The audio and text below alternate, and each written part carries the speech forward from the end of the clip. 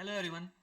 So this is going to be your first chapter in your whole CA foundation syllabus, which is basics, that is concept and conventions. Fine. See, this chapter has a weightage of around 4 to 5 marks. That's it. Out of 100 marks, this might have a weightage of only 5 marks. This along with other chapters which I will tell you which is that. So what I will do is I won't consume too much of your time from this chapter because this chapter will make you sleep. And I know probably. Fine. So we will go through it really quickly.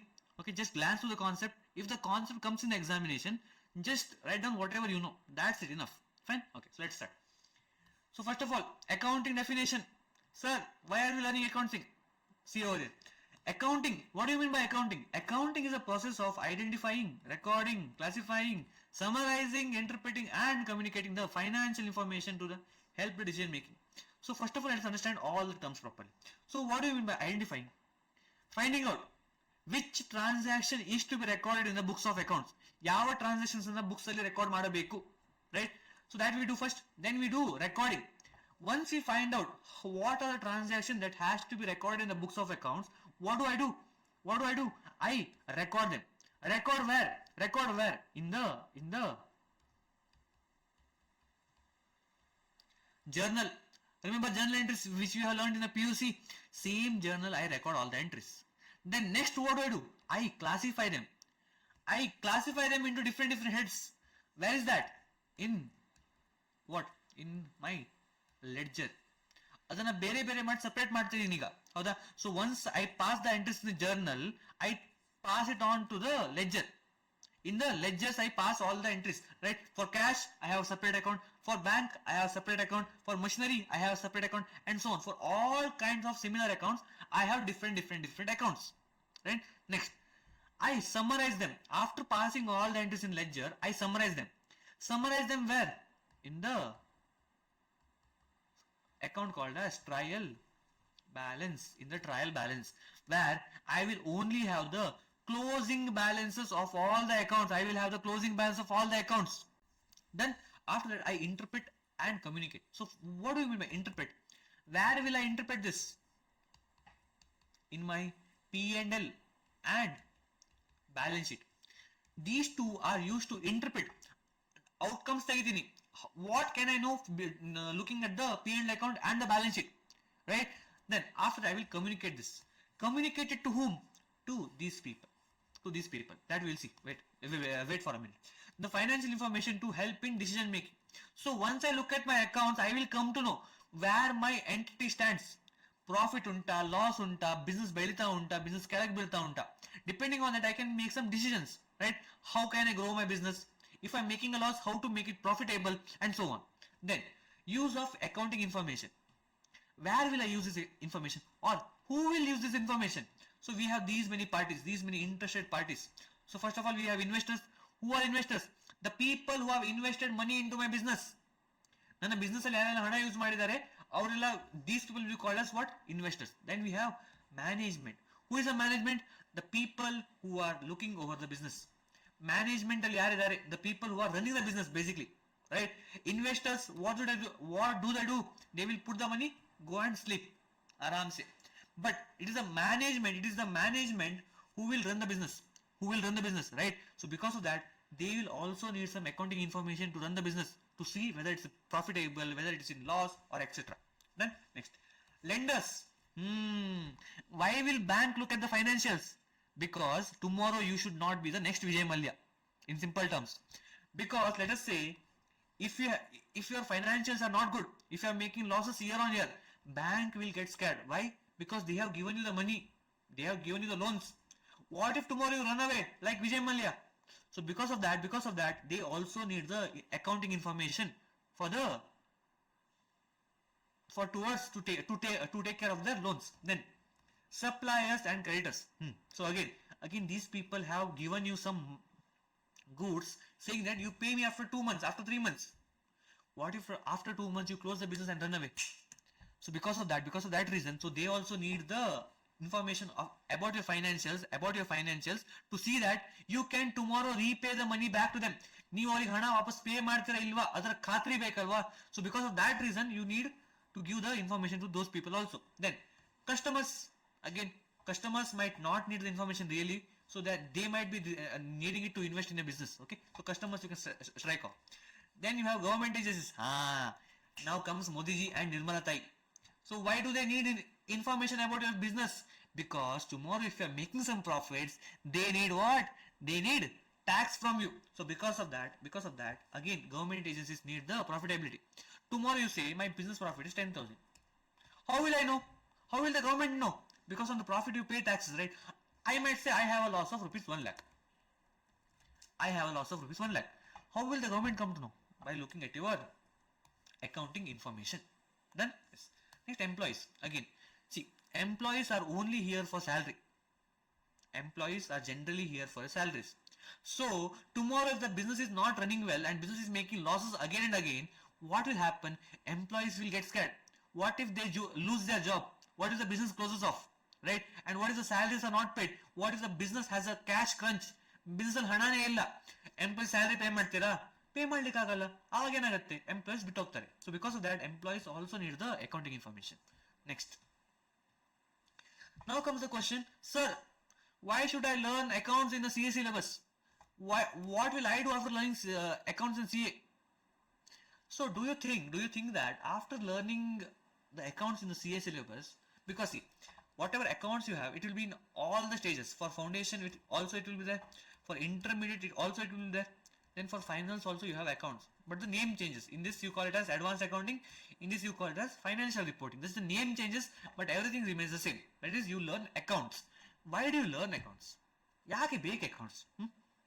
Because tomorrow you will not become a CA and do the accounts. This is not your job. Your job will be to audit. The accounts. This is what you do. We are the auditors. Now sir, what do you mean by audit? Audit basically means there will be some business which has prepared its financials.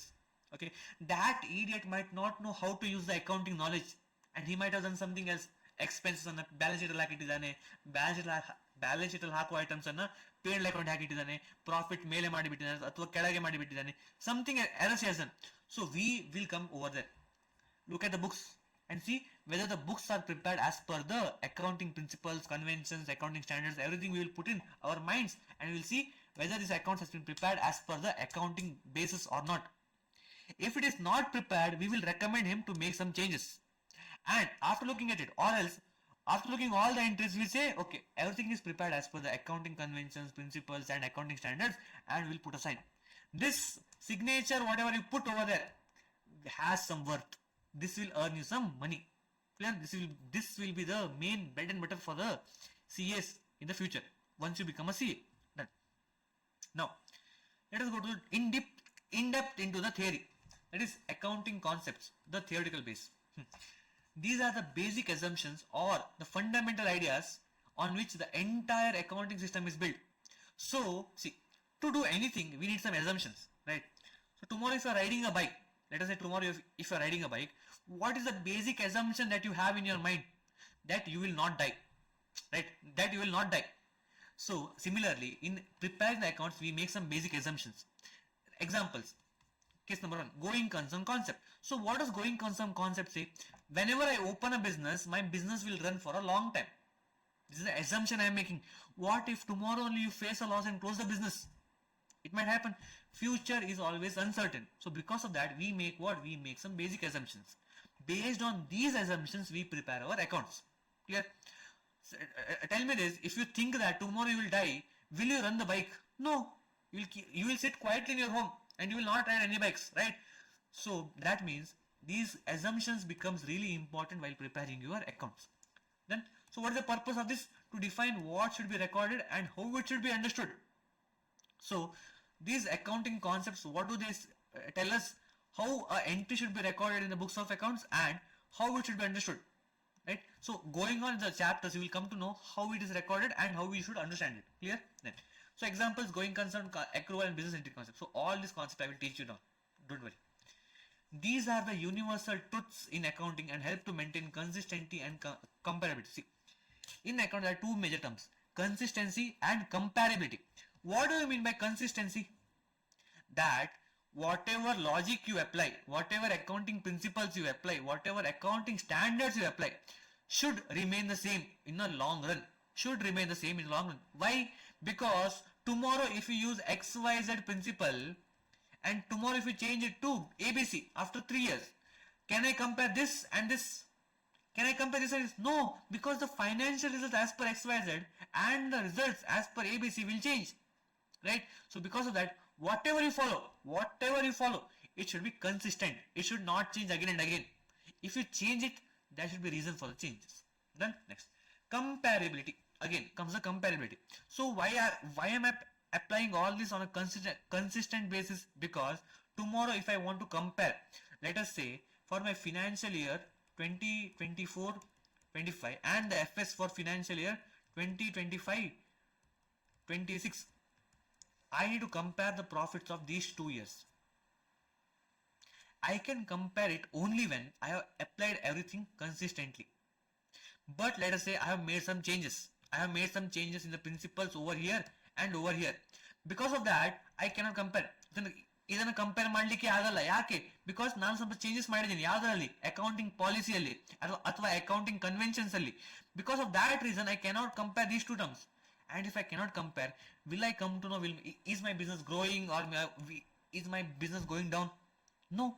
So because of that reason, I should maintain everything consistently and it should be comparable with year on year. Then next. Now we have accounting principles. Now what do you mean by accounting principles? These are the rules derived from the concept. So whatever concepts you have made, depending on those concepts, I have derived some principles. So what are these? These are rules or guidelines that standardize accounting practices. So whatever accounts I am maintaining, that should be based on some rules and guidelines. How should I treat an expense? How should I treat an asset?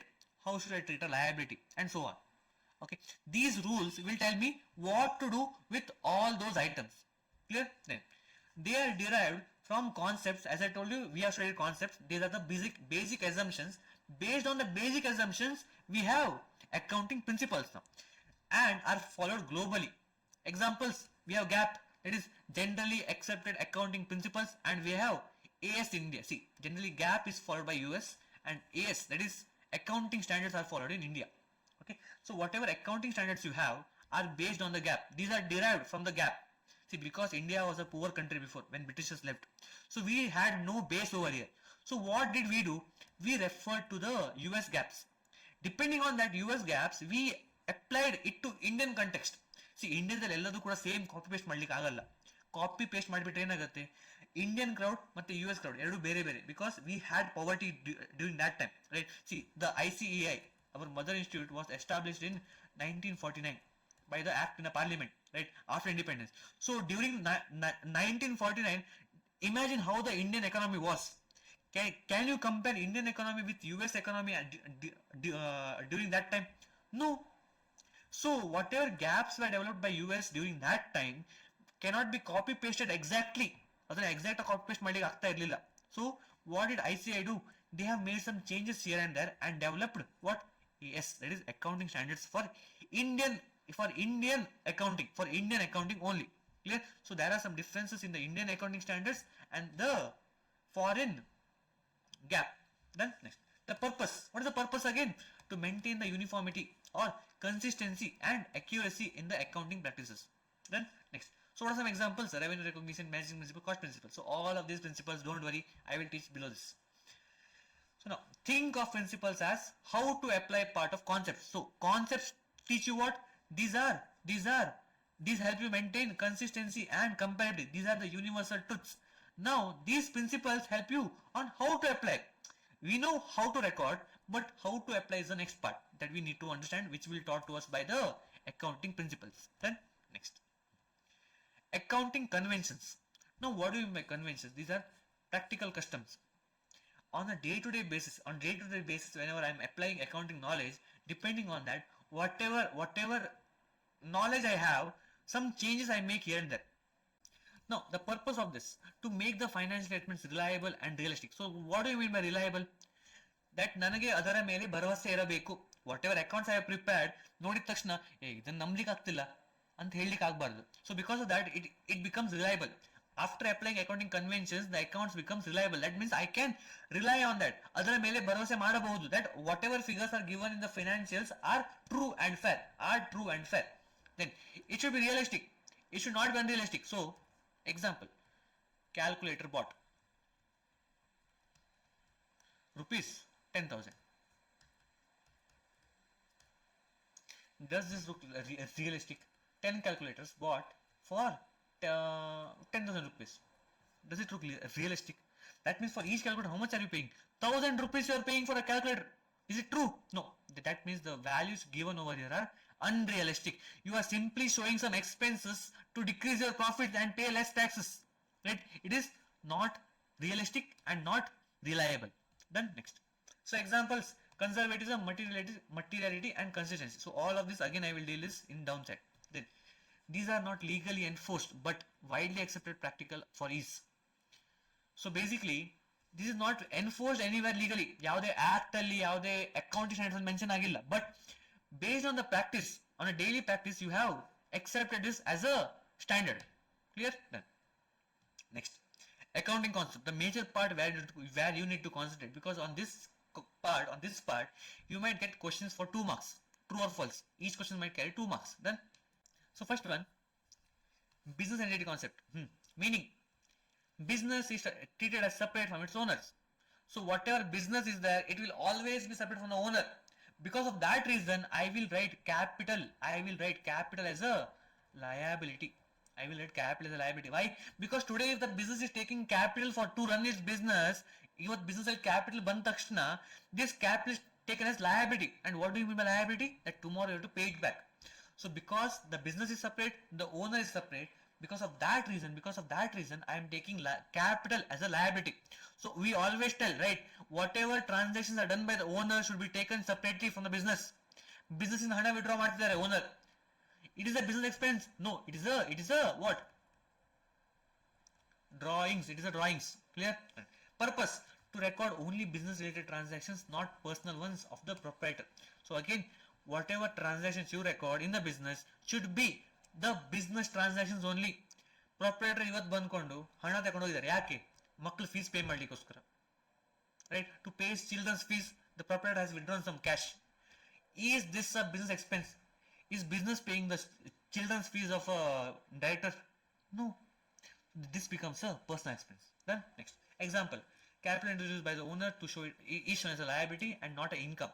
Whatever money I receive as a capital, it will not be shown as an income, but it will be shown as a liability in the balance sheet. Clear? Okay. Then going concern concept, just like I told you before, meaning the business is assumption that it will continue for a long time, up to a foreseeable future.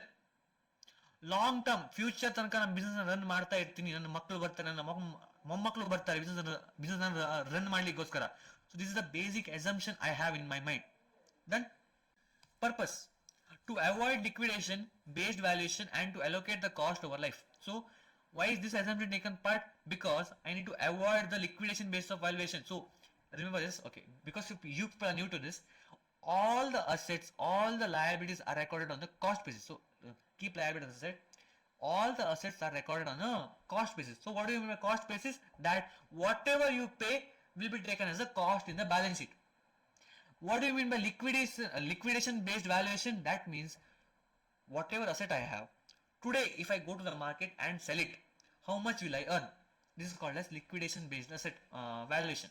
So I will change all the values to the liquidation based values. So this is to avoid that I am assuming that my business will run for forever in the long term. Then and to allocate the cost over useful life. So if I buy an asset for 10 years and I am not assuming that the business will go for long term, right? Then can I take it for 10 years? No, I will take it for 1 year only, the useful life. Why? Because I am thinking that my business will close down tomorrow. So because of that, to allocate the useful life, the cost over the useful life, depreciation, for that basis you need this. Then depending on that, there is one more concept, that is the third one I have skipped for now, wait for a minute. Fourth one, accounting period concept. Now what does this mean? See, if I assume that my business will run for long term, when will I prepare the accounts? At the end of the accounting year, at the end of the business. when will my business end? Don't know. Because the going concern concept says that my business will run forever. So I will not prepare my accounts forever. Is this practical? No. I should know where my business is. I should know where my business stands today. So because of that, I will divide all the periods in small chunks of how many years? Of 12 years, sorry, not 12 years, of 12 months, or I can say of 1 year each. At the end of 1 year, at the end of one accounting year, what do? I prepare my accounts. Clear? Because of the going concern concept, I have to make this concept, accounting period concept. So financial performance is measured over specific period, usually 12 months, right? In India, or be it for any country, for tax purpose or for any purpose, it is prepared on 12 months basis only. Then next, purpose. What is the purpose of this? To compare the performance over different periods for statutory compliance. So for income tax, the tax assessment is done on a yearly basis, right? Whatever income you earned from April till March of the next year, you have to pay what on that? Tax. The income tax you have to pay on that. So for this purpose also, that is for statutory compliance, to abide with Income Tax Act, you need what? You need the accounting period concept. Examples of this: income and expenses are reported annually in the P&L account, and even if the business continues beyond. So that means whatever income and expense I earn in the 12 months period, that is taken to what? To my P&L account. Even though my business is going to run tomorrow also, still I am preparing my accounts on what? On 31st of March. Why? Because of this accounting period concept. Clear? Then we have money measurement concept. So what does money measurement concept say? Only transactions that can be measured in monetary terms are recorded. So that means ಯಾವುದನ್ನ ದುಡ್ಡಲ್ಲಿ ಅಳತೆ ಮಾಡಬಹುದು ಅದನ್ನ ಮಾತ್ರ books ಅಲ್ಲಿ record ಮಾಡ್ತೀನಿ. In simple terms. Example: skill of employees are valuable. See, to run a business, I need what? I need employees. These employees are essential part of my business. So ನಾಳೆ ನಾನು ಹೋಗಿ employees ಗೆ ದುಡ್ಡು ಹೇಳಿಕ್ಕೆ ಆಗುತ್ತಾ? You are costing rupees 20,000 rupees. ನಿನ್ನ value rupees 20,000. ಓ ನೀನ್ ಬರೀ 5,000 ರೂಪಾಯಿ ಅಷ್ಟೇ ವ್ಯಾಲ್ಯೂ ಅಂತ ಹೇಳಿಕ್ಕೆ ಆಗತ್ತಾ? ಹೇಳಿ ಅವರ ವ್ಯಾಲ್ಯೂಸ್ ಬುಕ್ಸ್ ಅಲ್ಲಿ ರೆಕಾರ್ಡ್ ಮಾಡಿ ಆಗುತ್ತೆ ಆಸ್ ಅಸೆಟ್ ಇನ್ ಮೈ ಬುಕ್ಸ್? ಮಾಡ್ಲಿಕ್ಕೆ ಆಗಲ್ಲ. ಯಾಕೆ? Because these are non monetary items. I cannot value these people in money, right? So only the things which are valued in money is taken to my books of accounts. If it is not able to be recorded in monetary terms, I will not take it to my books of accounts. Simple terms. To maintain the objectivity and consistency in recording. So whatever I am recording, I should be objective. Logic ಇರಬೇಕು ಅದರಲ್ಲಿ, ಹೌದಾ? A realistic approach ಇರಬೇಕು. Employees in ನಾಳೆ ನಾನು one employee in the same level, let's say that there are two employees in managerial level. ಒಬ್ಬನ value 20,000, ಮತ್ತೊಬ್ಬನ value 30,000 ಅಂತ ಹೇಳಿಕಾಗತ್ತಾ? ನನಗೆ ಇದನ್ನು ವ್ಯಾಲ್ಯೂ ಮಾಡ್ಲಿಕ್ಕೆ ಅದ್ರ ಬೇಸಿಸ್ ಉಂಟಾ?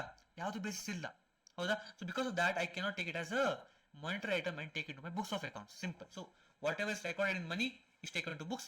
Whatever cannot be recorded in money is not taken to books. Simple. Next, cost concept. What does cost concept say? Or we also call it as historical cost. History, past.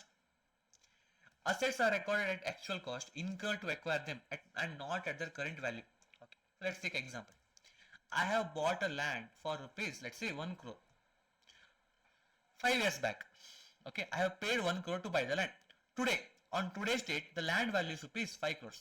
Example. Tell me in the books at what value I record this. I will record this at rupees 1 crores only. I will not change the value at rupees 5 crores. Why? Because of the cost concept. What does the cost concept tell me? That the assets are recorded at actual cost. And what do you mean by cost? The cost incurred to buy the asset. The cost incurred to buy the asset. And not the value, that is the current value. I will not record it at the current value. Again, to maintain the objectivity and verifiability. A machinery bought for rupees 5 lakh is recorded at that amount even if the market value changes later. ಒಂದು machine by ಮಾಡಿದ್ದೀನಿ, ಅದರ value ನಾಳೆ market ಅಲ್ಲಿ ಬಿದ್ದೋಗ್ಬಿಡುತ್ತೆ, ಆಯ್ತಾ? ಆವಾಗ ನಾನು ನನ್ನ value change ಮಾಡ್ತೀನ? ಇಲ್ಲ, ಮಾಡಲಿಕ್ಕೆ ಇಲ್ಲ. So that value will be taken to as what? As the cost value only. Whatever I pay for the machinery, 5 lakh pay ಮಾಡಿದ್ದೀನಿ, ಅದನ್ನೇ ಬುಕ್ಸ್ ಅಲ್ಲಿ ರೆಕಾರ್ಡ್ ಮಾಡ್ತೀನಿ. Okay, yearly depreciation ಆಗ್ತಾ ಇರುತ್ತೆ, but I will not change it to the value in the current market. Let's say you buy a phone today. Let's say you buy a phone for rupees 10,000. Tomorrow a new model comes up within 2 years. Whatever value of this phone is going to reduce, right, by rupees 3,000. So what will you do? You will not reduce the value in the books of accounts depending on the current market value. You will record the asset at the value you have paid for the phone. Simple. Done. Next, dual aspect concept. Now what does dual aspect concept say? Every transaction has two aspects, that is debit and credit, because the whole accounting runs on debit and credit, and it is reflected in the accounting equation. What is the accounting equation? My assets are equals to liability plus capital. This will be the main accounting equation which will be working to find out what? Debit and credit. Purpose: my whole accounting system always should be based on double entry. Double entry system ಬಿಟ್ಟು ಬೇರೆ single entry system ಅಲ್ಲಿ books ಅನ್ನು record ಮಾಡಲಿಕ್ಕೆ ಇಲ್ಲ. If I am maintaining the books at single entry system, if I am maintaining my books in single entry system, my balance sheet will not balance. Why? Because it is based on double entry system. Clear? Okay. So this is a small example that is over here, that is based on the journal entry. So we will learn this in front. Don't worry. Next, realization or revenue recognition concept. So what does this say? Revenue is recognized when it is earned, not when the cash is. So today if I make a sale, what will happen? This sale is recorded whenever I do it. Right? I am confirmed that I will receive the money on this sale. Even though I have not received the money on date, but I will record the sales today itself. Whenever I am making the sales, money will be received after, let's say, 3 months. 3 ತಿಂಗಳು ಆದ್ಮೇಲೆ ಹಣ ಸಿಗ್ತಾ ಉಂಟು. ಆದರೂ ಕೂಡ sales ಅನ್ನು ಇವತ್ತೇ record ಮಾಡ್ತೀನಿ ಬುಕ್ಸ್ ಅಲ್ಲಿ. ಯಾಕೆ? ಬಿಕಾಸ್ ಸೇಲ್ಸ್ ಮಾಡಿ ಆಗಿದೆ. I have realized the sales. So because of that reason, I will record the sales today only in my P&L account. Clear? Okay. The purpose is to reflect the true income of that period. So financial year, let's say for financial year 24-25 ಅಲ್ಲಿ sales ಆಗಿದೆ, but ಹಣ ಸಿಗ್ತಾ ಇರೋದು 25-26 ಅಲ್ಲಿ. When is the sales done? In 24-25. So because of that, I will record the sales in 24-25 only. Clear? Okay. Sales made in the month of March are included in this year's revenue even if the cash is received in the April month, right? Because in the March month my accounting period ends. ಹಣ ಬೇಕಾದ್ರೆ ನಾಳೆ ಸಿಗಲಿ, issue ಇಲ್ಲ, but sales will be recorded today itself. Done. Next, we have accrual concept. Now what does accrual concept say? Transactions are recorded when they occur, not when the cash is paid or received. So transaction ಯಾವಾಗ occur ಆಗ್ತಾ ಉಂಟು ಆ time ಅಲ್ಲಿ books ಅಲ್ಲಿ record ಮಾಡಬೇಕು. Let's say rent I have used for 1 month. I have used a property for 1 month, but I am paying rent after 2 months at once. So when will I record this rent in the books of accounts? When I finished using it. So I will say rent is payable. Pay ಮಾಡಲಿಕ್ಕೆ ಉಂಟು rent ಅನ್ನ future ಅಲ್ಲಿ. 2 months ಆದ್ಮೇಲೆ pay ಮಾಡ್ತೀನಿ, agri, but record ಮಾಡೋದು ಯಾವಾಗ? Books ಅಲ್ಲಿ today itself. When the rent becomes due, pay ಮಾಡ್ಲಿಕ್ಕೆ ಯಾವ ಡೇಟ್ ಬರುತ್ತೆ, even though I am not paying it, rent pay ಮಾಡೋ ಡೇಟ್ ಬಂದ ತಕ್ಷಣ ನಾನು ಏನ್ ಮಾಡ್ತೀನಿ, ಅದನ್ನ ರೆಕಾರ್ಡ್ ಮಾಡಿಬಿಡ್ತೀನಿ as a expense in my books of accounts. Clear? Okay. Salary of March is paid in April. Still, I will record it in the month of March as a expense, and to ensure that expenses and income are matched for the correct period. See, whatever rent I am incurring, against that I have some sales. So sales ಇವತ್ತು ಮಾಡ್ತಾ ಇದ್ದೀನಿ. So for that sales I have paid some rent also, because rent pay ಮಾಡೋ ತನಕ ನನಗೆ goods ರೆಡಿಗೆ ಆಗಲ್ಲ, goods ರೆಡಿಗೆ ಆಗ್ತಾ ಇಲ್ಲ ಅಂತ ಹೇಳಿದ್ರೆ ಸೇಲ್ಸ್ ಮಾಡಿಕ್ಕೆ ಆಗಲ್ಲ. So everything is interlinked clearly. Yes. So I am matching what here? Sales and my expenses together. So because of that I have a new concept, that is matching concept. So what does matching concept say? Expenses should be recorded in the same period as the revenues because they help to generate. Revenue generate ಮಾಡ್ಲಿಕ್ಕೋಸ್ಕರ ಯಾವ expense ಅನ್ನು incur ಮಾಡಿದೀನಿ, both of them should be matched in the same accounting period. Because of that I have accrual concept. If the expense is incurred, what do you mean by incurred? Use ಮಾಡಿದೀನಿ, pay ಮಾಡೋ liability ಉಂಟು, so that means I have incurred it in this financial year. Clear? Okay. Purpose: to calculate the true profit and losses. So our books of accounts will always be based on these two concepts. ಈ concepts ಇಲ್ಲದೆ P and account prepare ಮಾಡಲಿಕ್ಕೆ ಆಗಲ್ಲ, because P and L account is always prepared on accrual concept. Right, ಸ್ಯಾಲ್ರಿನ March month pay ಮಾಡಬೇಕಿತ್ತು, but payment ಮಾಡ್ತಾ ಇಲ್ಲ. ಯಾವಾಗ pay ಮಾಡ್ತಿದ್ದೀನಿ? Next month, it is sorry in the April month. April month ಅಲ್ಲಿ pay ಮಾಡಿದ್ರು ಕೂಡ ಸ್ಯಾಲ್ರಿ ಅವಾಗ ಪೇ ಮಾಡಬೇಕಿತ್ತು in the month of March. So in my P and account I will record this salary in the month of March, not in the month of April. April month ಅಲ್ಲಿ ಏನ್ ಮಾಡಿದೀನಿ? Payment ಮಾಡಿದೀನಿ ಅಷ್ಟೇ, but salary ಆವಾಗ pay ಮಾಡಬೇಕಿತ್ತು in the month of March. Clear? So same goes for the matching concepts. Then we have something called as accounting conventions. So what do you mean by accounting conventions?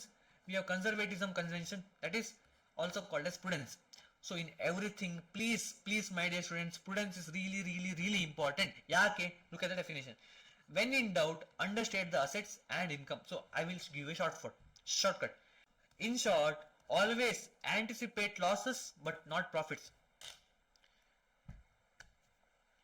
Books ಅಲ್ಲಿ ಯಾವತ್ತು income ಅನ್ನ late ಆಗಿ record ಮಾಡಬೇಕು.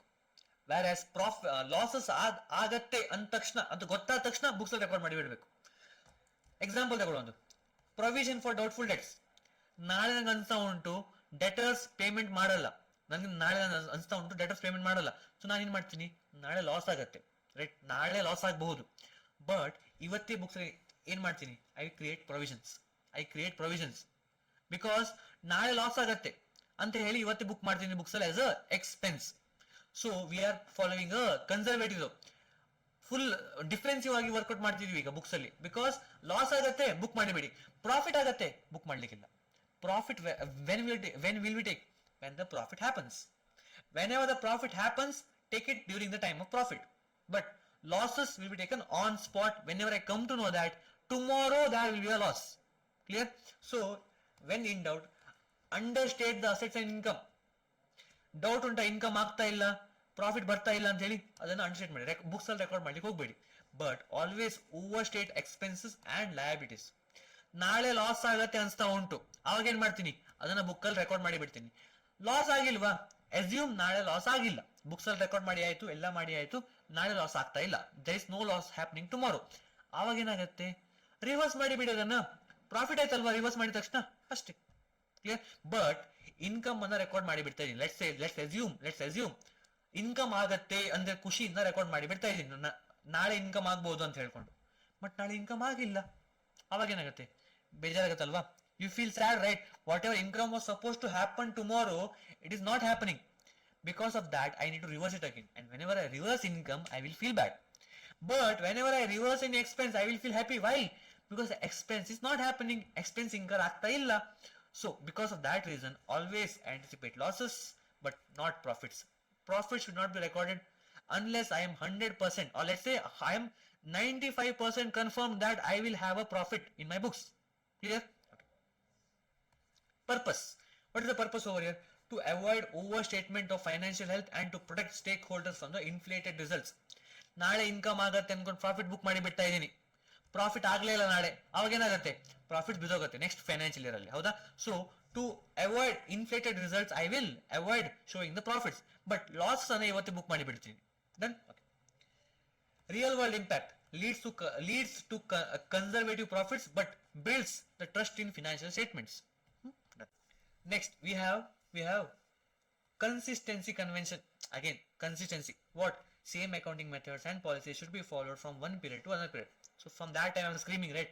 Whatever you follow today should be followed tomorrow also. Then purpose, to allow comparability of financial results accounting the across the accounting period. So ಒಂದು accounting year ಇಂದ ಮತ್ತೊಂದು accounting year ಇಂದ compare ಮಾಡ್ಲಿಕ್ಕೆ ಆಗಬೇಕು. If I go on changing the policies, my results will change, my profit and loss will change. Because of that, what will happen? I cannot compare the results. Examples: if you use SLM, that is the straight line method for depreciation, this year you should not switch to WDV in the next year without any justification. In inventory we have FIFO. It should remain consistent. Once you apply FIFO, you should go on applying FIFO only. First in, first out. ಅದನ್ನ ಕಳಿಸಿ ಕೊಡ್ತೀನಿ ಆಯ್ತಾ? Inventory chapter ಬಂದ ತಕ್ಷಣ ಹೆಸರುಬೇಕಂತಿಲ್ಲ. Real world impact allows investors, auditors, management to track the genuine growth or decline without distortion due to frequent method changes. Again and again ನಾನು method change ಮಾಡ್ತಾ ಹೋದಾಗ ಏನಾಗುತ್ತೆ, ರಿಸಲ್ಟ್ಸ್ ಕಂಪೇರ್ ಮಾಡ್ಲಿಕ್ಕೆ ಆಗಲ್ಲ. ಸಿಂಪಲ್, ಬೇಸ್ ಎಲ್ಲದೂ ಅಲ್ಲಿಗೆ ಬಂದ್ಬಿಡ್ತಾ ಉಂಟು. ಕಂಪ್ಯಾರಿಬಿಲಿಟಿ, ಒಂದನ್ನ ಮತ್ತೊಂದೊಟ್ಟಿಗೆ ಕಂಪೇರ್ ಮಾಡ್ಲಿಕ್ಕೆ ಆಗಲ್ಲ. So because of that I should keep everything what consistent, everything consistent. Then next, materiality convention. So what is this? Ignore insignificant items and focus only on the items that are material enough to influence the decisions of the users of the financial statements. So let us say I have bought a calculator for rupees 400. Okay, in my balance sheet I show land rupees 1 crore, machinery rupees 20 lakhs, then building rupees 50 lakhs. Calculator rupees 400. So how will this look like? This looks good. So whoever seeing the FS is like, okay, balance sheet, land this much crores, this much lakh, this much, calculator 400 rupees. What impression will this give to the investor? That means I should not record the things which are immaterial. What do you mean by material? Importance. Can calculator be taken as a asset is the question now. No. Why? Because this is an insignificant expense. Which cannot be taken. See, this calculator can be used for more than 1 year. Yes. Is it a recurring expense? No. So I can capitalize it. Yes. But even though I can capitalize this, I will not take it as a asset. Why? Because it's a stationary item. And I will show it as in the P&L account. Yake? Because chikka value. ದೊಡ್ಡ items ಒಟ್ಟಿಗೆ ಚಿಕ್ಕ value ಇಟ್ಟರೆ ಹೇಗೆ ಕಾಣುತ್ತೆ?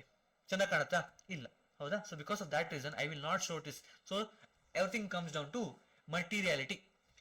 Insignificant items, can ignore insignificant items and focus only on items that are material enough, like these 3 items. These are really important to the company, right? So because of that I am concentrating only on those items. Purpose, to make reporting relevant and efficient and not overload with trivial information. What do you mean trivial? Chikkaputta information. This is the chikkaputta information I am talking about. Okay. Then real world impact, saves time, effort and improves clarity for the readers of the financial statements. So ಏನಾಗುತ್ತೆ, ತುಂಬಾ time save ಆಗುತ್ತೆ. ಆ 400 ರೂಪಾಯಿ ಮೇಲೆ concentrate ಮಾಡೋದು ಬಿಟ್ಕೊಂಡು ನಾವೇನ್ ಮಾಡ್ಬೋದು? We can look at the bigger items, right? It saves time, it saves effort and improves the clarity in the financial statements. Done? Next. Fundamental accounting assumptions. So what are the assumptions that we take over? First, going concern. What do I mean by going concern? That the business will go on and on forever. Is this true? No, it is not true. At a certain point of time, the business might close down. Right? So this is a basic assumption that I make to run my business. Then we have consistency. How much ever consistent you want to be, how much ever consistent you plan to be, irlikagalla, you cannot be. Why? Because there might be some policy changes that we'll learn in the next chapter. There might be some policy changes depending on the market condition that you might take up, because of which whatever principles you have applied in the first year might change the next year onwards, right? Because of that you cannot be always 100% consistent. You can be at least 90% consistent. Clear? Then accrual. Again, this is also a fundamental assumption saying that whatever I am paying today will be recorded today. In some cases it might vary. So depending on the chapter by chapter you will come to know why this particular concept will not hold good always. Then okay. So we're done with the first basic chapter, that is the accounting concepts and the basics of accounting. Done. Thank you. Hello everyone. So today now we will see the next topic, that is the miscellaneous theory. See, from this chapter you might hardly get 4 to 5 marks of questions again, similar to your first chapter. So this will be a part of your theoretical framework in which I have covered 4 topics at once. Clear? So within 1 or 1.5 hours we will finish off all the topics. So on this hardly, as I told you, 4 to 5 marks. Okay. So first of all, contingent liability. What do you mean by contingent liability? But before that we will see what do you mean by a liability. Heard about the word liability? Yes. So in liability what happens? Amount of money amount of money owed to outside party, right? How much of money I have to pay to someone else is called as what? Is called as what in accounts? We call it as liability. That I am supposed to pay it to someone. So here the money is, we know how much we have to pay. We know when we have to pay, right? So let us see what does contingent liability mean. Contingent liability mean as per AS 29. A contingent liability is a possible obligation. A possible obligation. Now, what do you mean by possible? I will tell you. Wait for a minute. A possible obligation that may or may not happen, that may arise depending on the outcome of a future uncertain event. Let me take one example to understand this better. ಅರ್ಥ ಮಾಡ್ಕೊಳ್ಳಿಕ್ಕೆ ಒಂದು example ತಗೊಳ್ಬೇಕಾ ಆಯ್ತಾ? So a case law, a case has been filed in court.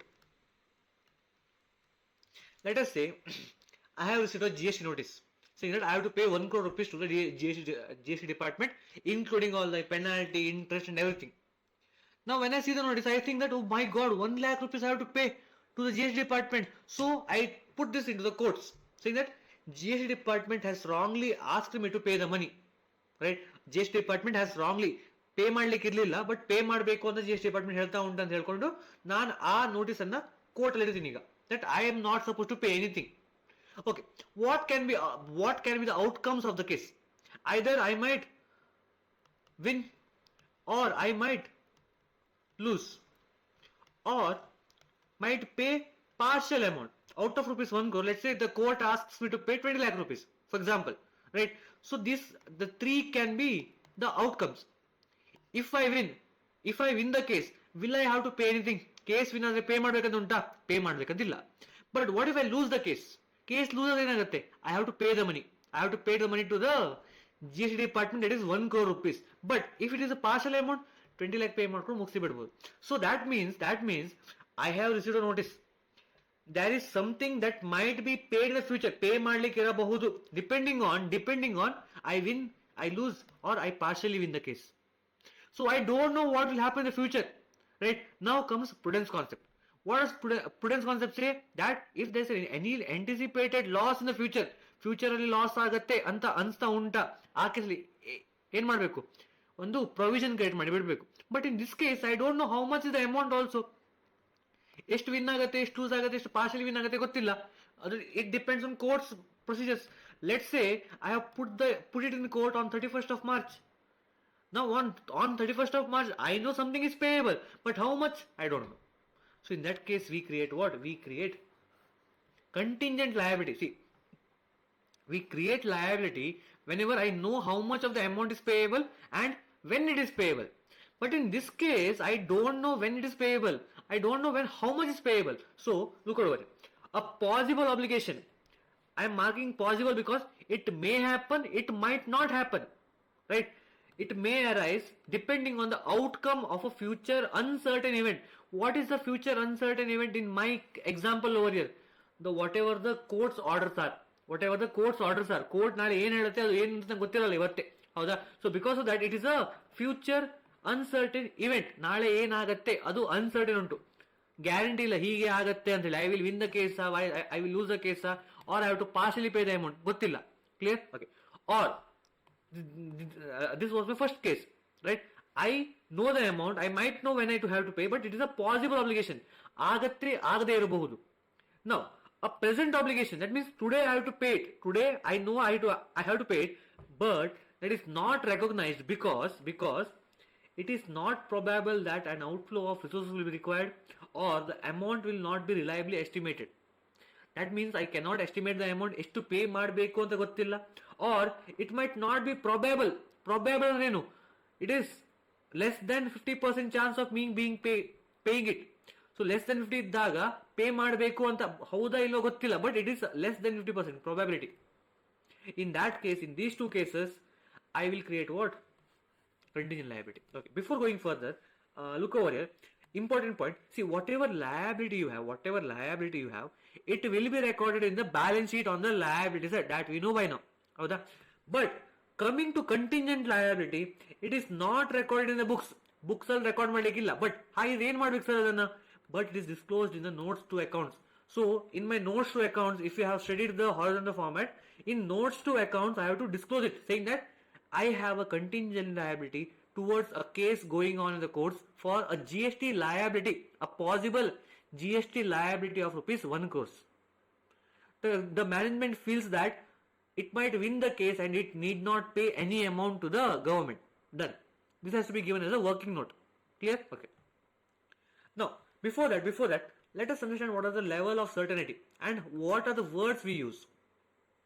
So, if the payable amount is less than 10%, that means we say it is remote. That means we can ignore it. No entry is required, no disclosure is required.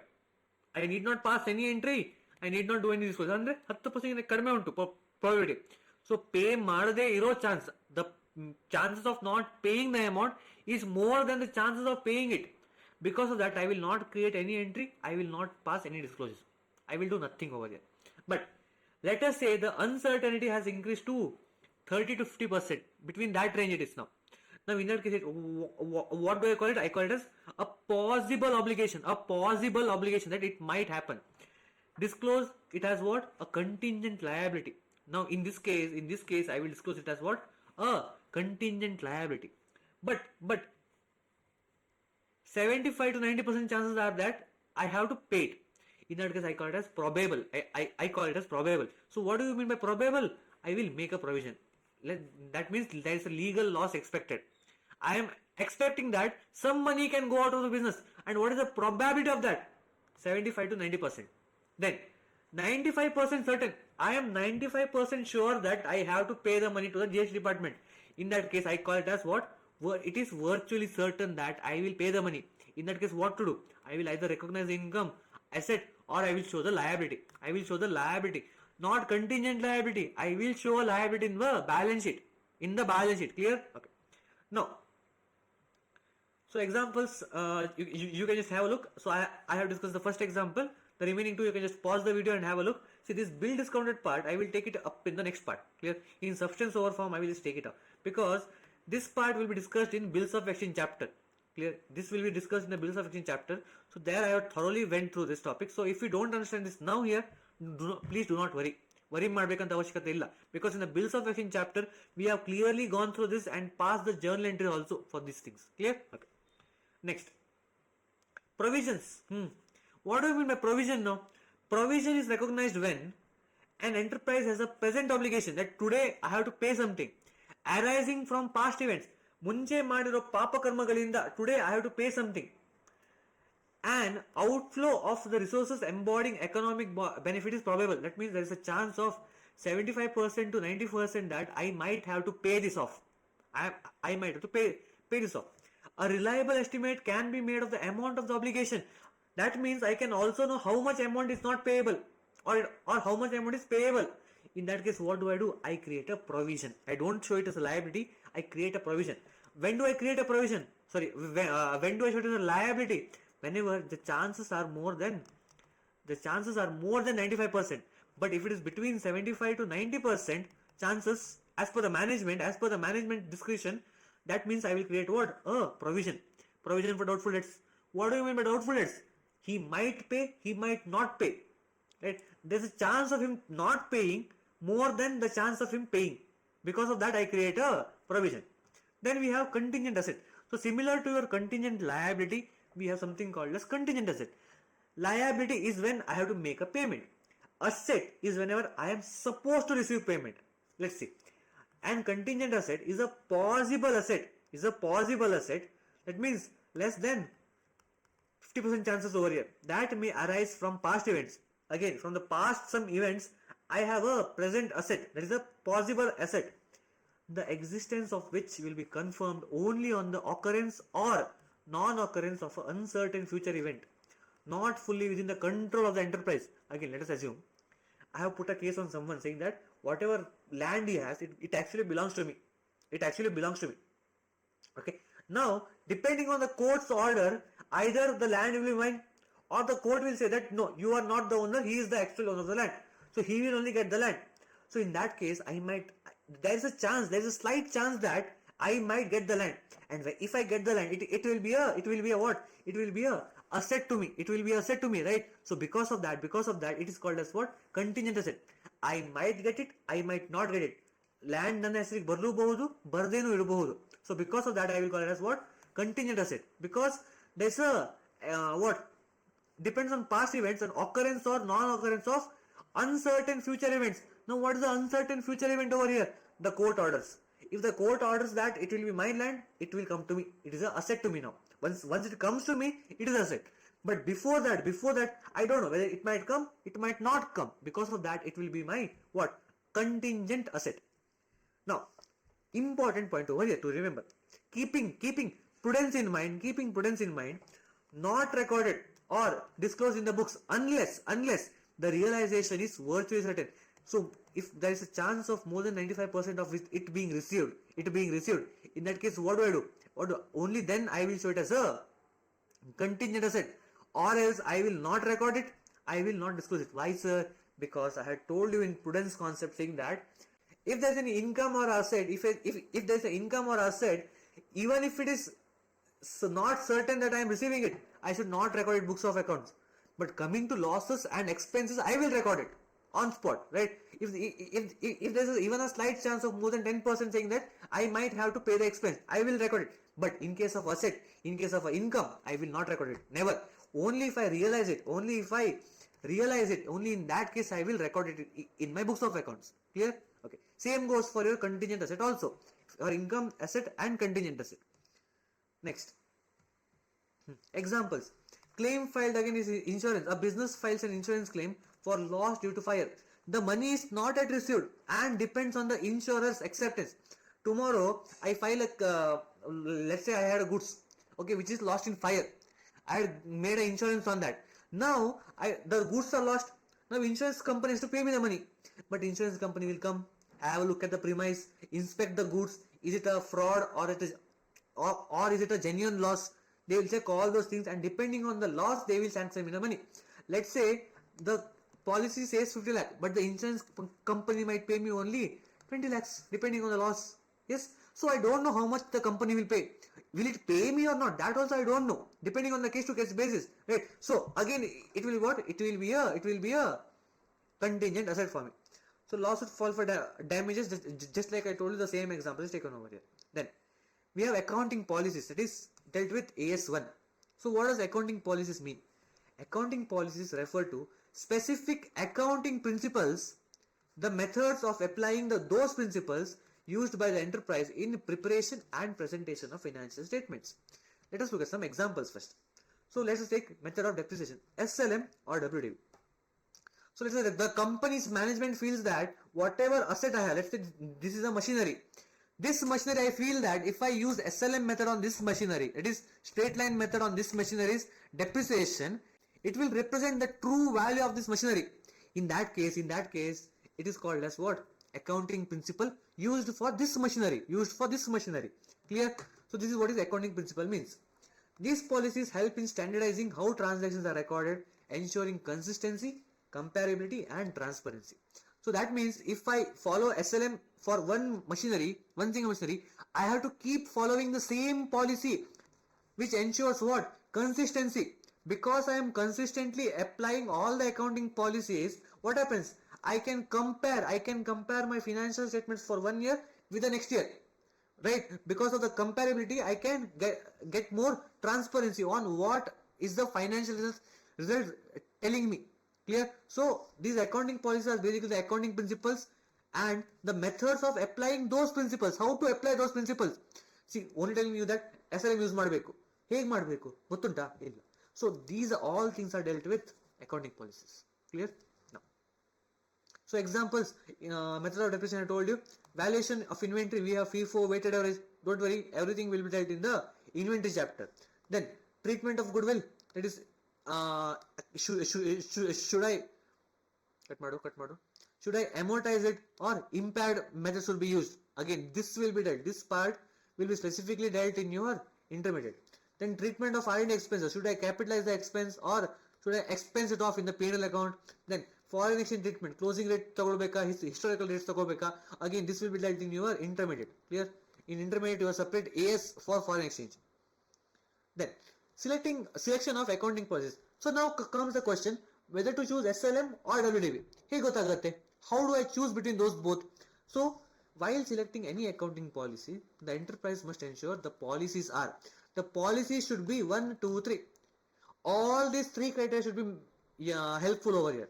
So first of all, prudence. Do not anticipate profits but provide for all the known losses and expenses. So basically, let us say I choose SLM. On this machinery, I choose SLM. Now what happens when I choose SLM? My depreciation will be lower. My depreciation, let us say, will be less compared to depreciation in WDV. In WDV. So in WDV, the depreciation will be more, whereas in SLM, the depreciation will be less. So where will this affect? This will affect my profits. Yes, because depreciation is taken to the P&L account. Yes, my profits will reduce depending on the depreciation charged by me.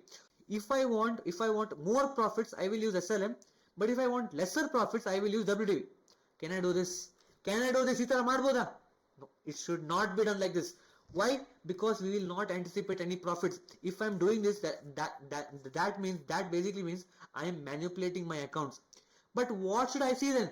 What is the best method depending on the usage of the asset? ಈ asset ಅನ್ನು use ಮಾಡ್ಲಿಕ್ಕೋಸ್ಕರ which method will represent the actual value? See, depreciation charge ಆಗ್ತಾ ಹೋದ ಹಾಗೇನೆ machinery value ಕಡಿಮೆ ಆಗ್ತಾ ಹೋಗುತ್ತೆ. It should actually represent the actual nearby to the real market value, right? After depreciation, whatever value we get, that should be around the market value. But if I am not doing that, that means I am making some manipulations over here, right? So again, the same thing. If you want to inflate or deflate your profits, please do not choose the accounting policy. This is the wrong way of choosing, because you are violating what? Prudence concept by showing more profits or lesser losses.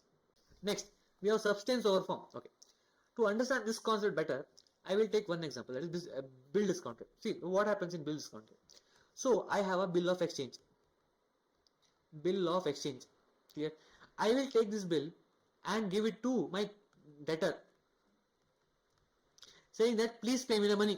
Please pay me the money. He will accept it and say that after 3 months I will pay you the money, and sign this bill of exchange saying that this is a proof that I will pay you after 3 months. It is a document. Bill of exchange is basically a document. Okay, you can just Google it if you want to. So this document says that after 3 months I will receive money from my debtor. But let us say within 2 months I need money. I urgently need money. What can I do? I can take this bill to my bank or my banker, whatever bank I am referring to. Now what the bank will do is, bank will give me the bill after money after discounting. So what do you mean? So let's say the bill says rupees 1 lakh has to be received after 3 months. I will go to the bank, what? After 2 months only. After 2 months only I will go to the bank saying that I want money now. Please keep the bill. Please keep the bill with you. After 3 months, this person will pay the bank directly. Okay, he will not pay the money to me, but he will pay the money to the bank. Why? Because the bill is with the bank. The bill is with the banker now. But the banker will not pay me the whole money. How much is the worth of the bill? Rupees 1 lakh. But the banker will pay me, let's say, 95,000 rupees. So this 5,000 rupees, whatever is paid, is called as what? Is called as discount. Why is the bank doing a discount over here? Because bank has to earn some profit, right? Bank will not do anything for free. Never. Bank will not do anything for free for you. So bank will pay me 95,000 today, and from debtor it will collect how much? It will collect 1 lakh rupees.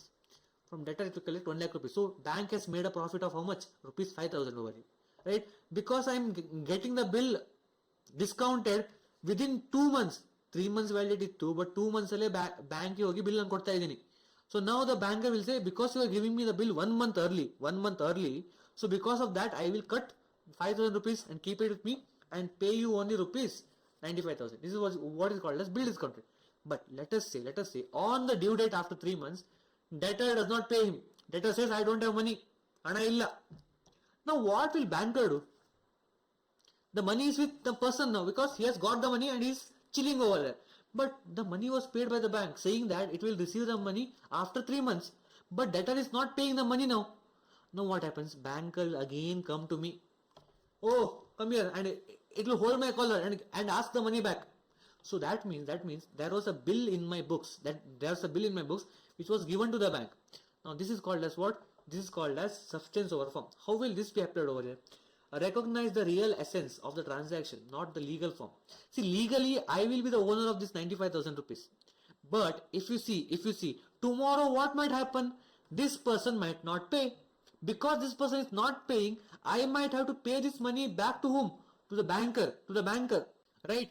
So this money is not at my money. When will this become my own money? Whenever debtor pays the bank. So then I can say that this is my money. So substance over form. So whatever policy you choose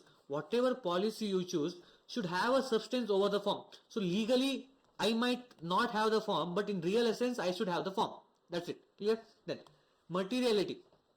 Disclose all information, important information that affects the user decision. So what did I tell you about materiality before?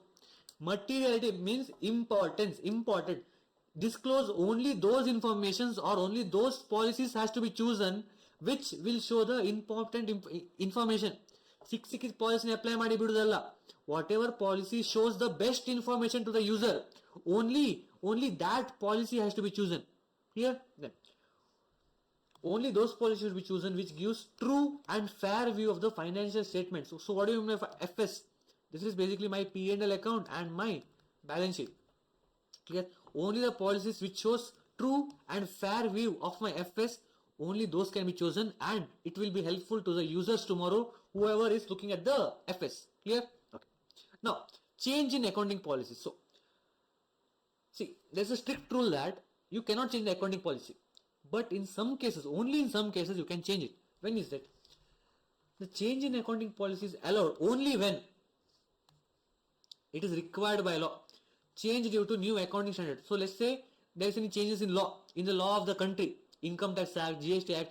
Because of those changes in the act, I have to make some amendments in my what? In my accounting books. So in case of change in law. Second one, to comply with new accounting standard. Now ICAI has released some new accounting standards that I should have to comply, because ICAI has made it mandatory. To maintain a true and fair view of my FS, I need to follow the new accounting standard.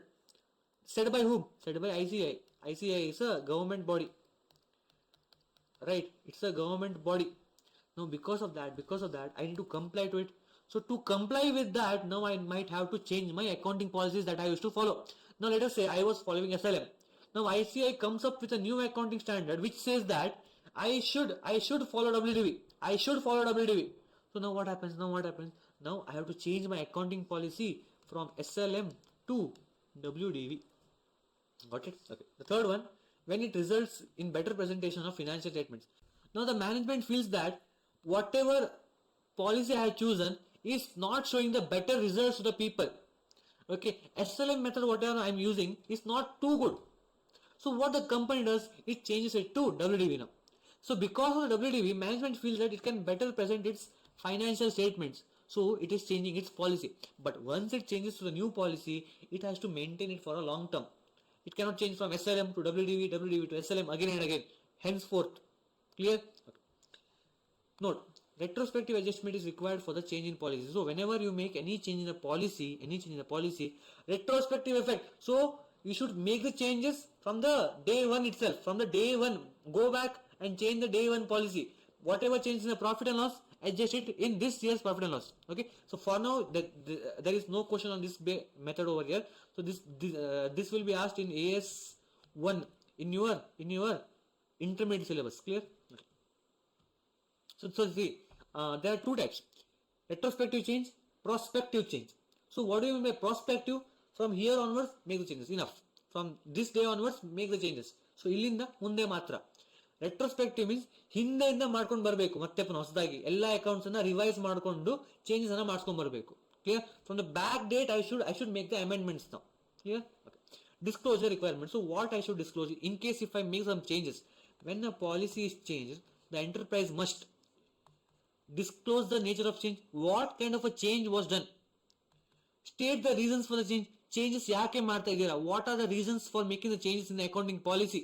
Then show the financial impact. If it is quantifiable, if you can quantify it, measure ಮಾಡ್ಲಿಕ್ಕೆ ಆಗ್ತಾ ಉಂಟು. In that case, I have to show the effect in the P&L account. that how much profit will increase or how much profit will decrease, so that the users can come to know, okay, because of the change in the policy, the profit of the company has increased. Or else what will happen if the company does not disclose? People will think, oh, company has made big profit this year. Very good, very good. The company is improving. Is the company improving? No, sir. The company has just changed its policy. That's it. Because of the policy change, the company is getting some profits because of the retrospective amendments. Clear? Okay. So this is with respect to your policy changes. Now, accounting as a measurement discipline, valuation and estimates. Okay, let's see what is this. Meaning of accounting as a measurement discipline. So accounting is not just recording of transactions. It is measurement tool that quantifies what? Business activities, financial performance and position of the entity. Right? See, in accounting, what is important? What does money measurement concept say? That everything which is measurable in money, ದುಡ್ಡಲ್ಲಿ ಯಾವುದನ್ನು ಅಳತೆ ಮಾಡಬಹುದು, only those things can be taken into my books of accounts, right? Because accounting is, that means accounting is completely reliant on what?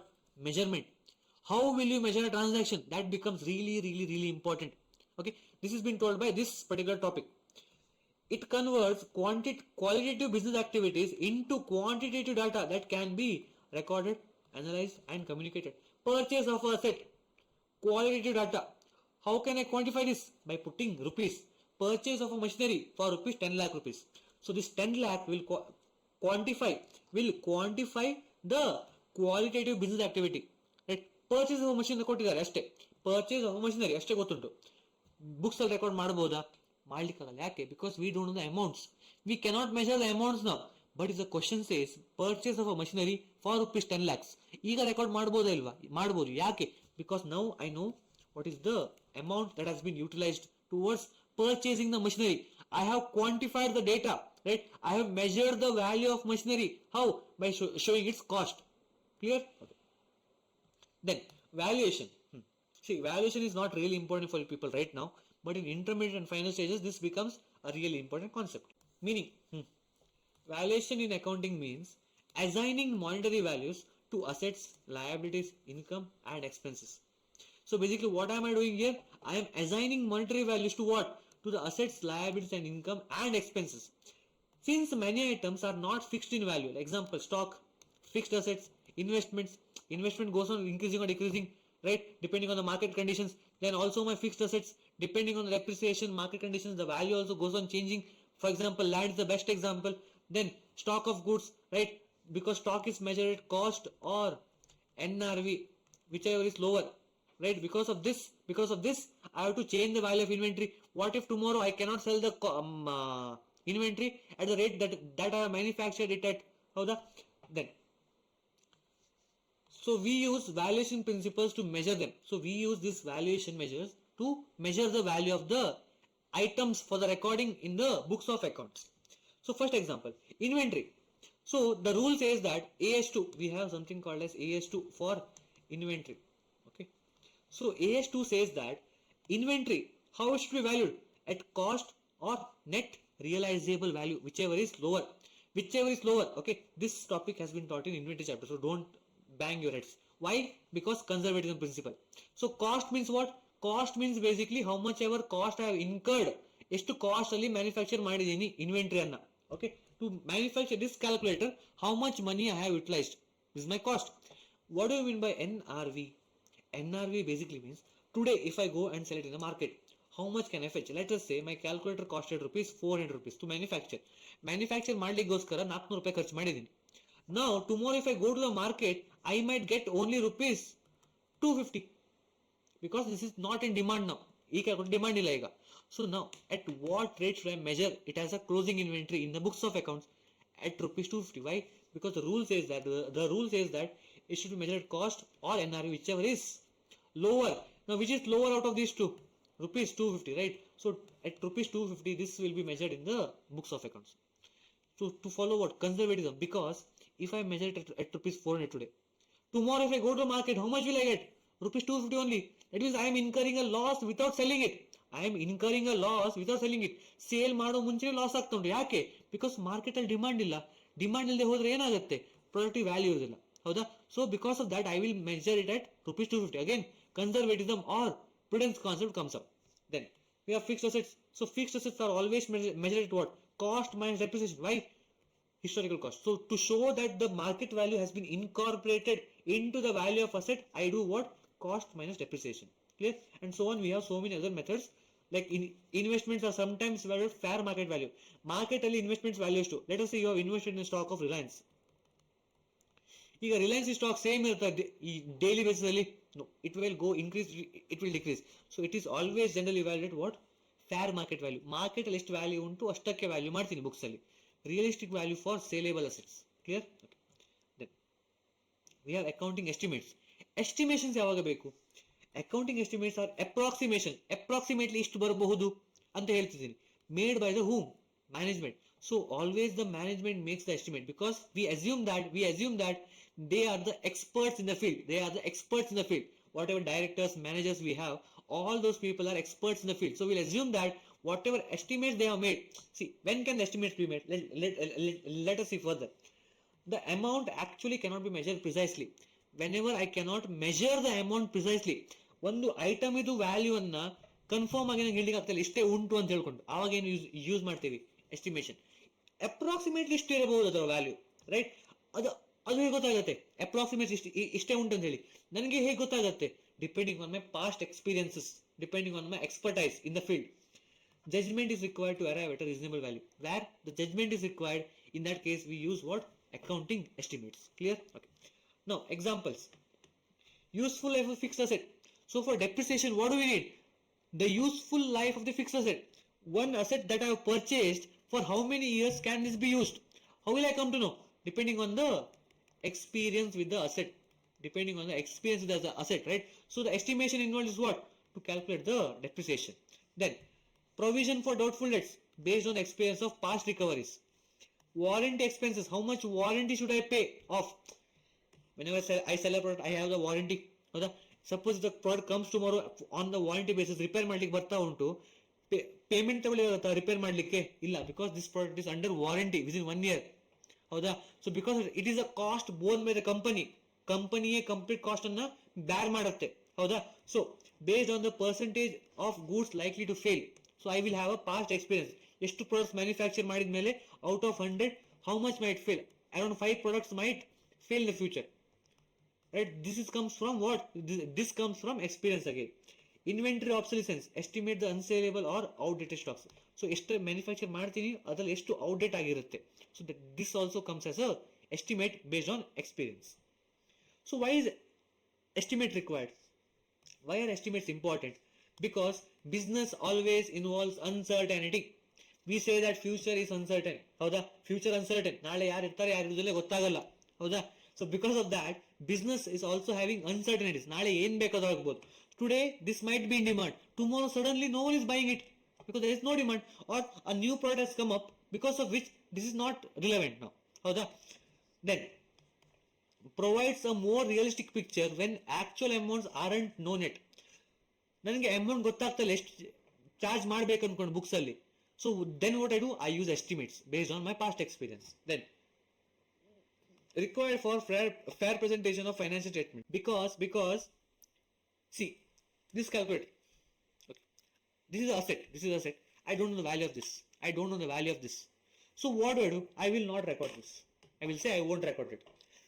Can I do this? ನಾನು ಆ ಥರ ಮಾಡ್ಬೋದಾ? ಇಲ್ಲ. ಯಾಕೆ? because we know that everything which can be measured in monetary terms has to be recorded, and this is an asset, this is business asset. I can just leave it away. ನಾನು record ಮಾಡೋದಿಲ್ಲ ಅನ್ಕೊಂಡು. ಹೌದಾ? ಅವಾಗ ಏನಾಗುತ್ತೆ, ನನ್ನ books actual ಆಗಿ true and fair ಆಗಿರೋದಿಲ್ಲ. ಹೌದಾ? So to have a fair presentation by either making estimation ಆರು ಮಾಡಿಕೊಂಡು ಬುಕ್ಸ್ ಬರೀಬೇಕು. And in the notes what you write that whatever machinery I have is based on what? Is based on estimates. Simple. Then next we have accounting standards. Okay, a small concept.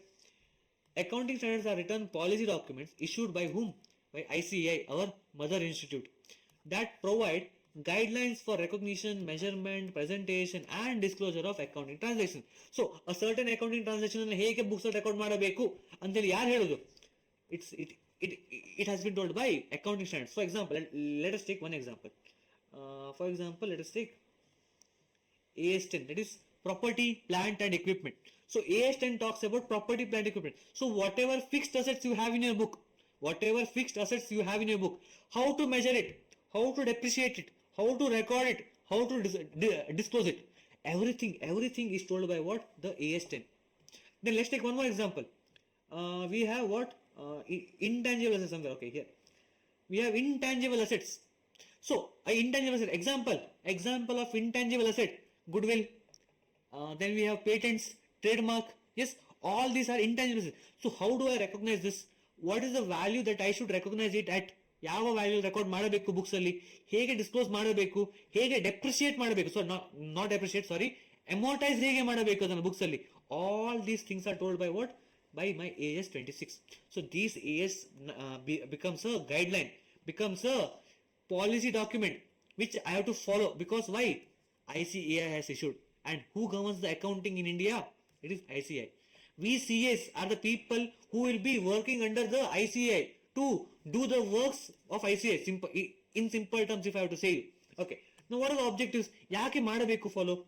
To bring uniformity and consistency. Okay. Everything comes up to that.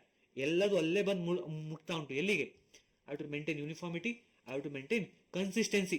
ಹೌದಾ? Match ಆಗ್ತಾ ಇರಬೇಕು ಎಲ್ಲದು ಕೂಡ, consistent ಆಗಿ same ಪಾಲಿಸಿನ follow ಮಾಡಬೇಕು. So because of that I have to follow AS. Let us take one small example. Okay, there are two companies A and B, both are into same domain. Let us say sale of tires for car and all, rubber tires. Let us say company A is following AS, but company B is not following AS. In that case, tell me, can I compare two companies? Suppose if I am an investor, I want to invest in company A or company B. Where will I invest? How will I come to know? Can I compare both the companies? No. Why?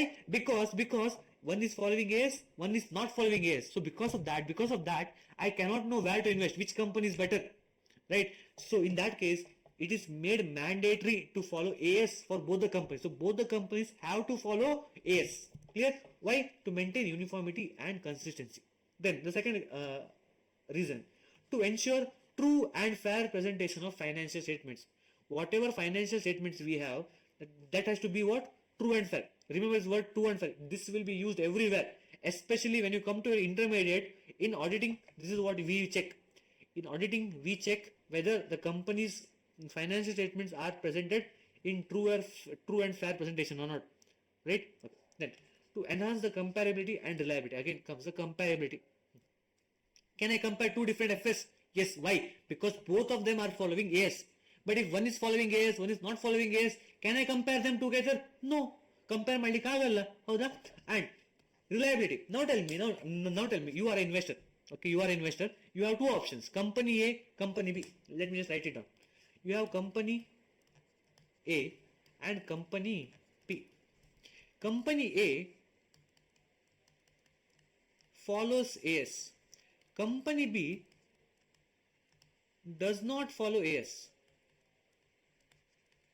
So what will you do now? In which company will you invest? Tell me, you have 10 lakh rupees. I am giving you 10 lakh rupees. Go. Where will you invest? You will invest, obviously, you will invest in company A. Why? Because it follows AS. That means whatever FS it has prepared, based on which you are making your decision to invest, is true and fair presentation. Why? Because it is following AS. Whereas company B is not following AS. So they might have done some manipulations. Right? Daya kuch to gadbad hai. Why? Because they are not following AS. And since they are not following AS, whatever profits and losses they are showing in their profit and loss account might not be correct. It might not be what? It might not be reliable. ಭರವಸೆ ಮಾಡ್ಲಿಕ್ಕೆ ಆಗಲ್ಲ ಅದ್ರ ಮೇಲೆ. ಹೌದಾ? They might have done some manipulations to get more investments. But you are intelligent people. Yes, right? You are intelligent, right? So where will you invest? You will invest in company A, which follows AS. So this AS becomes really important. Clear? So by this, we are done with all the concepts of your theory part. Please try to spend as much as less time in theoretical framework, because that chapter has no weightage at all. Okay, nearly about 5 to 10%, max to max 5 to 10% marks comes from this chapter. So please do not put too much of your effort in that chapter, please. Okay, and one more thing, from next class onwards, we might start with the main concepts, right, from the accounting process. So whenever you look at the question, please, if you have a textbook, please open the question, or else open the question somewhere. because whenever I'm scrolling here and there, you might miss the tracks. So please open the question and write down whatever I am writing on the board. Right? Whatever I'm writing on the board, please take it down. Or else what will happen?